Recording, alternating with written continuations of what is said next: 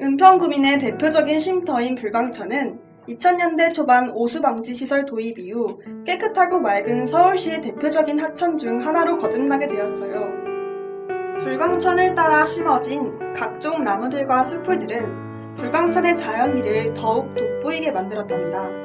어느 화창한 여름날, 불광천의 민물 인어공주는 따스한 햇볕을 받으며 오리들과 놀고 있었어요. 그때 저쪽에서 걸어오는 한 남자가 그녀의 눈에 띄었어요.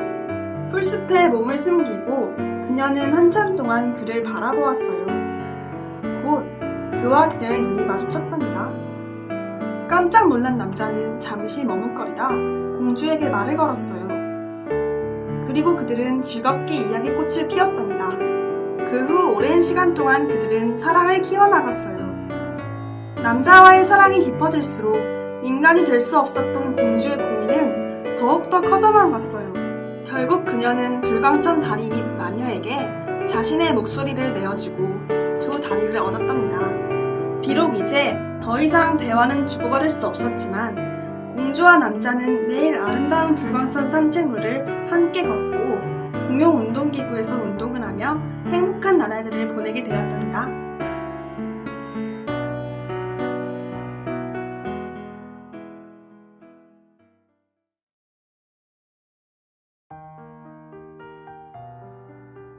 연신데렐라의 아버지는 다채로운 먹거리와 예쁜 카페들, 그리고 다양한 종류의 옷가게가 볼거리를 이루는 연신내 거리에서 큰 가게를 운영하셨어요. 하지만 아버지가 병으로 돌아가신 이후 가게는 새어머니의 것이 되었답니다. 여느 때처럼 계모와 언니들은 궁궐 파티에 가고 연신데렐라는 쓸쓸히 남아 가게 앞을 청소하고 있었어요. 그때 그녀를 딱하게 여긴 요정할머니가 나타나 그녀에게 드레스와 구두를 선물하였답니다. 하지만 드레스와 구두는 12시가 되면 사라질 예정이었어요. 연신데렐라는 궁궐에서 밤이 늦도록 왕자와 춤을 췄고 그녀의 아름다운 외모와 성품에 반한 왕자는 그녀와 영원히 함께하고 싶었답니다. 12시가 거의 다 되자 연신데렐라는 허겁지겁 궁을 떠났고 구두 한쪽을 그만 잃어버리고 말았어요. 그녀의 구두를 발견한 왕자는 연신내 거리 가게들을 일일이 방문했고 그의 노력 덕에 그 둘은 재회하게 되었답니다. 결혼식을 올린 왕자와 공주는 그날을 추억하며 자주 연신내 거리에서 맛있는 것도 사 먹고 예쁜 구두도 사 신으며 데이트를 즐겼답니다.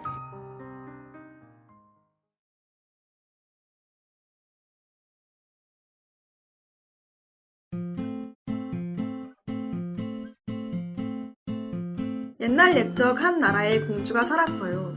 하지만 그녀의 아름다움을 질투했던 마녀의 마법에 의해 영원히 잠에서 깨어나지 못하는 마법에 걸리고 말았답니다. 공주는 매일 북한산 자락에 자리한 울창한 숲에서 잠을 자게 되었어요. 어느 날 여유롭게 울려 퍼지는 산새 소리를 따라 숲길을 산책하던 왕자는 오랜 시간 동안 잠을 자는 한 공주의 이야기를 새들에게 듣게 되었답니다. 그는 왕자의 진실한 키스만이 그녀를 구할 수 있다는 이야기에 공주를 찾아 북한산을 헤매기 시작했어요. 마침내 그녀를 찾은 그는 마음을 담은 키스를 선물했고 그녀는 잠에서 깨어났어요.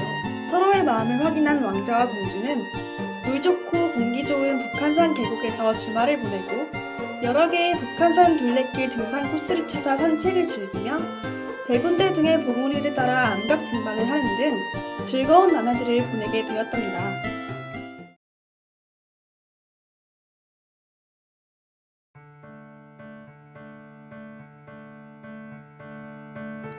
흥부는 서울에서 제일 가는 부잣집의 아들로 태어났지만 형인 놀부에게 재산을 다 빼앗기고 가난 속에서 살아가고 있었어요.